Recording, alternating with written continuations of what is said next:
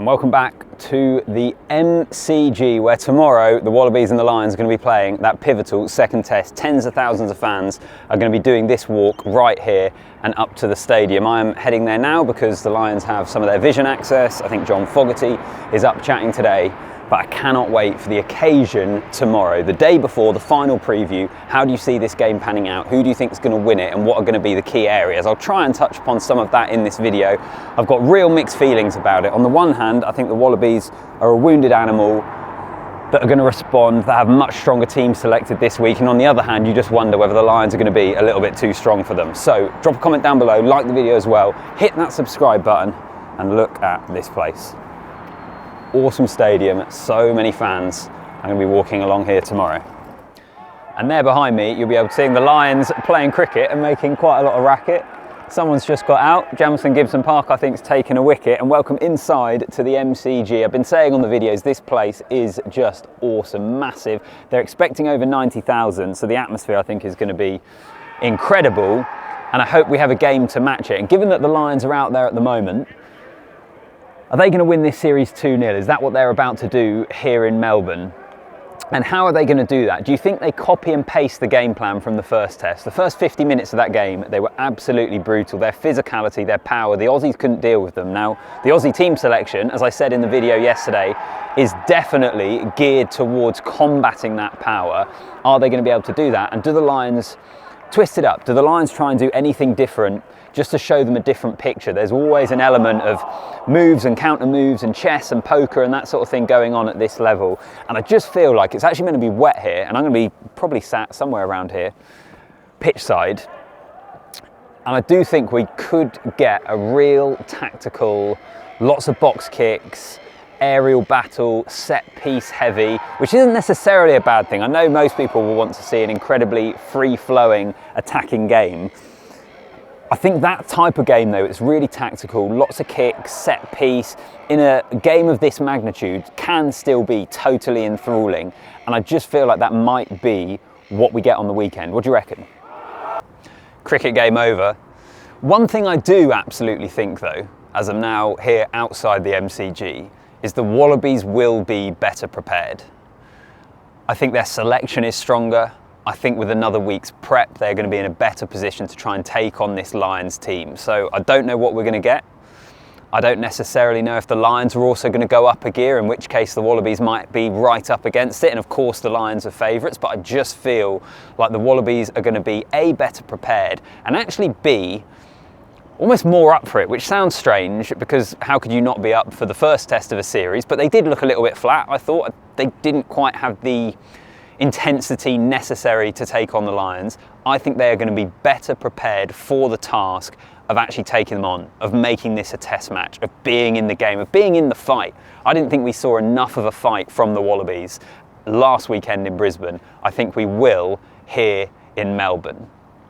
And as I said in the video yesterday, which I've referenced already, the Team News reaction video, which you can see on the channel now, Skelton and Valentini in the pack, Gleeson coming off the bench, who is an excellent player. The scrum, I think, will be better. Their ability in that set piece, I think, to go toe-to-toe with the Lions is going to be better. And I still really feel that they saw something in the way the First Nations and Pacifica went about their business of you have to take it to this Lions team. I think we'll see a Wallabies side do exactly that. But there's one other part that I want to touch upon here, which I've spoken about already, and that is the enormity of the occasion.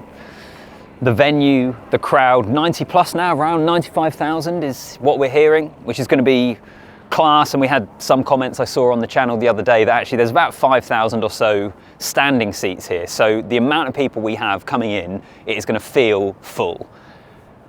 And I just don't think you can underestimate that, because it's such an iconic venue. It's going to be such an iconic occasion. I think when the Lions played the second test at the MCG, is going to be something that we look back on and talk about as an occasion, as a venue, the atmosphere hopefully as well.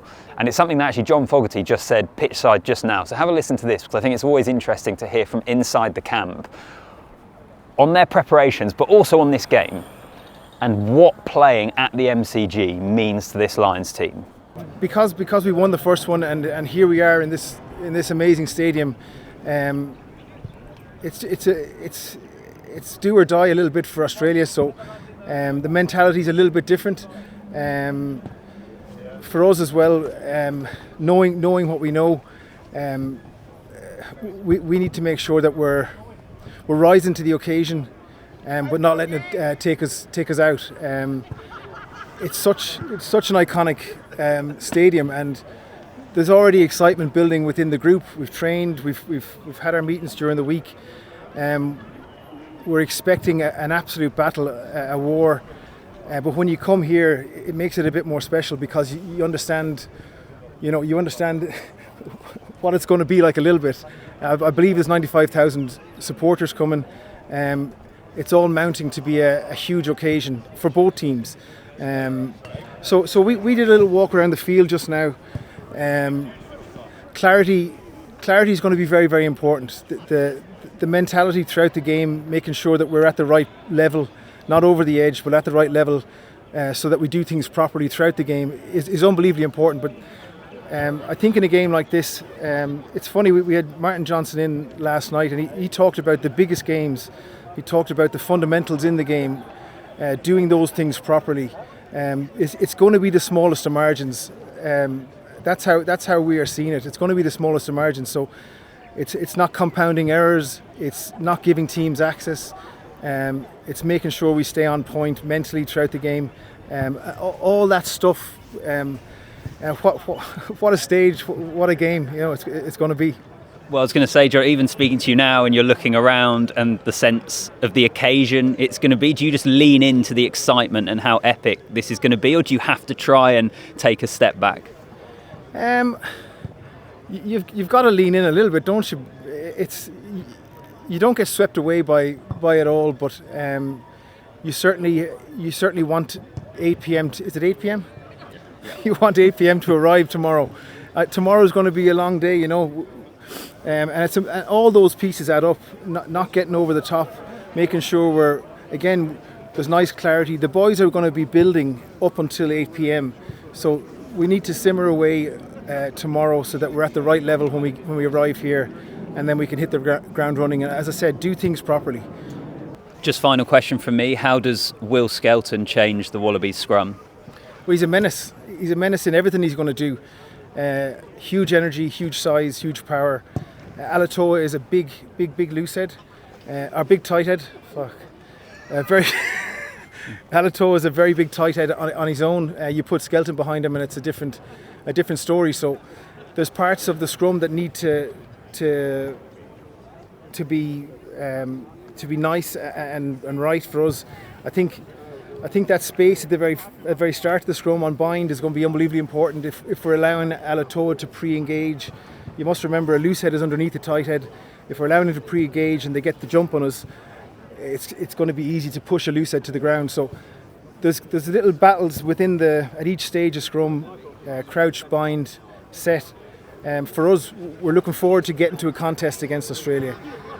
Keeping it up, staying on our feet and being able to get into a proper contest. We don't want to see a scrum to get in and collapse and have these non-contest scrums. But certainly he adds a huge amount of spice to the game. He'll be full of energy. We're looking forward to it. So John Fogarty is a man that is always on good form, and was certainly on good form there. And you could kind of see, probably in that interview, that he's like looking around and appreciating kind of where he is and the occasion and the venue in this place. And I think it really has the potential tomorrow to be so special. For it to live up to that, we need a Wallabies team that take it to the Lions, and I think we need a close test match, not one that you feel like is done and dusted after 50 minutes. And maybe there's some of you that are Lions fans that are thinking, I could not care less about whether it's a close match. I want to see us win this test series 3-0. I want us to batter the Wallabies, and that's what I'm interested in. In which case, fair enough. Personally, I'm just really hoping it lives up to the hype that we have been giving it. So let me know your predictions. Give me your views on where this test match is won, how it's won, and who it is won by. For me, it's pretty straightforward. Wallabies match the physicality, bring an intensity that they didn't have in Brisbane, bring a hunger, bring an appetite to absolutely take it to the Lions and be in a fight with them, which I think they will do. And then who knows, man for man, the Lions, you would say, are obviously still the stronger side here, but you've always got a chance. And actually, the last 3 times that the Lions have won the first test in a series, they have lost the second, which I think is a combination of factors. I think number 1, it's because your opposition are desperate, fighting to stay in the series. Number 2, they've already had a look at you, so they make adjustments and are probably a bit better prepared. So let's see what happens here on Saturday in fairly grey Melbourne at the moment. It is dry. Let's hope it stays that way. So comment down below, like the video, and subscribe to the channel.